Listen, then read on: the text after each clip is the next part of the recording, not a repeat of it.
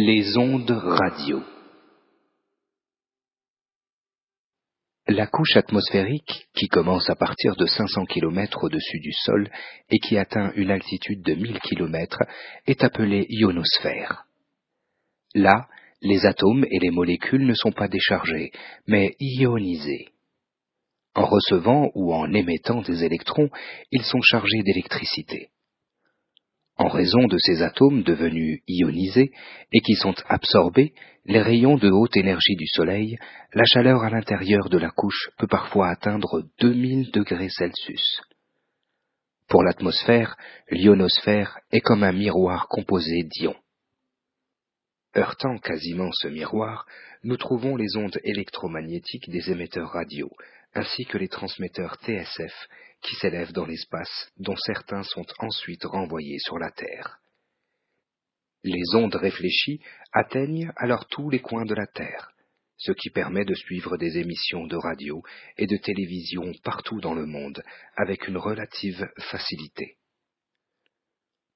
Comme on le voit, Allah qui a fait de la Terre un corps massif naviguant à une vitesse rapide dans le vide de l'espace sombre, a établi une demeure pleine de vie, réglée, qui plus est selon une température idéale. Dominée par un climat agréablement chaud, pas même la simple bouffée d'air soufflant sur la terre n'est dénuée de sagesse. Pas même la plus petite goutte d'eau posée sur une feuille ne demeure sans raison. Chaque chose créée, de la plus petite à la plus grande, est un portrait d'où l'on tire une leçon et un exemple, ainsi qu'un chef-d'œuvre divin. Le Tout-Puissant dit: Ne voyez-vous pas qu'Allah vous a assujetti ce qui est dans les cieux et sur la terre, et il vous a comblé de ses bienfaits apparents et cachés. Et parmi les gens, il y en a qui disputent à propos d'Allah, sans science, ni guidée, ni livre éclairant. Sourate 31, verset 20. Heureux ceux qui peuvent lire les lignes de sagesse et de vérité qui décrit le livre de l'univers, qui peuvent les comprendre et aller ainsi dans les profondeurs de la méditation.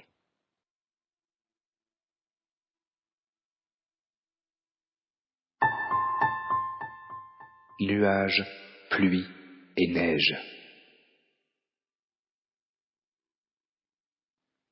Pensez simplement aux nuages, vaisseaux géants naviguant dans les cieux. L'une des fonctions des nuages est d'empêcher la Terre d'être exposée à une chaleur excessive. Lorsque la température augmente, l'eau se vaporise à un rythme plus rapide, générant plus de nuages. Les rayons du soleil se reflètent alors en arrière, vers la direction d'où ils sont venus, préservant l'équilibre de la chaleur de la terre. Allah, le tout miséricordieux, envoie les vents comme annonciateurs de pluie. Alors les vents, avec la permission divine, déplacent les montagnes comme les nuages et les dirigent vers les lieux destinés.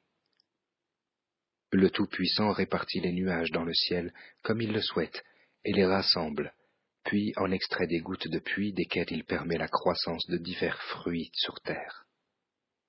Il nous rappelle que c'est de cette manière que les morts seront ressuscités, désirant que les êtres humains prennent note de cette grande leçon de sagesse.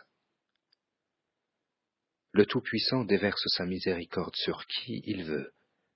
Réjouis sont ceux qui reçoivent la pluie après avoir été touchés par une grave sécheresse. Leur désespoir se commue immédiatement en espoir, car Allah est celui qui fait descendre la pluie après qu'on a désespéré et répand sa miséricorde, et c'est lui le Maître, le digne de louange. Sourate 42, verset 28. Parfois le Tout-Puissant change la sécheresse, d'autres pluies ou la grêle en d'autres moyens de punition, ce qui pénalise ses serviteurs rebelles, frappant qui il veut et protégeant ceux qu'il veut épargner. En d'autres termes, le Tout-Puissant aligne la relation entre les cieux et la terre en accord avec le comportement humain et leur propre monde intérieur. La pluie est envoyée par le Tout-Puissant sous forme de gouttes, de telle sorte que chacune d'entre elles reste séparée dans sa propre course, sans se mêler les unes aux autres. Chaque goutte de pluie tombe selon sa trajectoire destinée, sans la moindre oscillation. Ni elle ne vient trop tard, ni elle ne perturbe la prochaine goutte qui tombe après elle.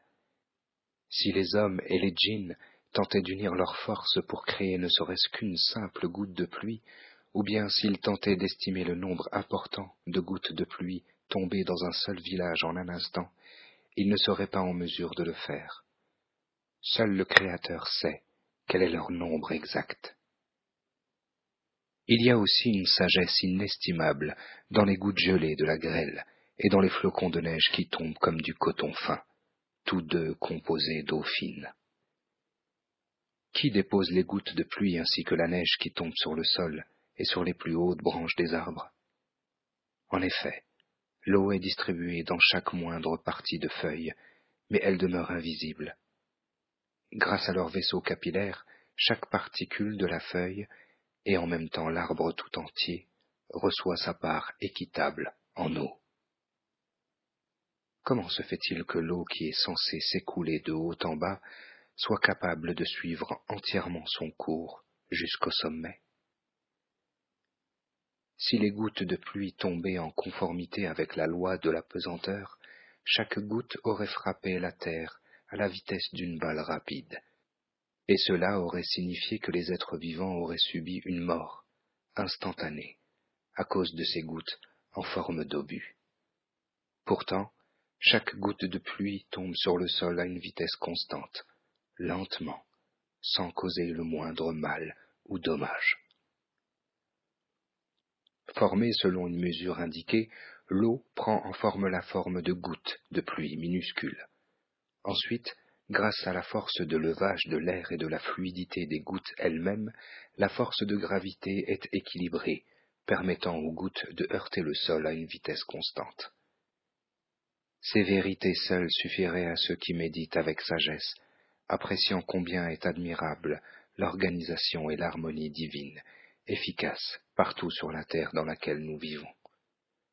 Non moins clairement verrait-il la connaissance, la puissance et la sagesse infinie du Tout-Puissant par une telle observation.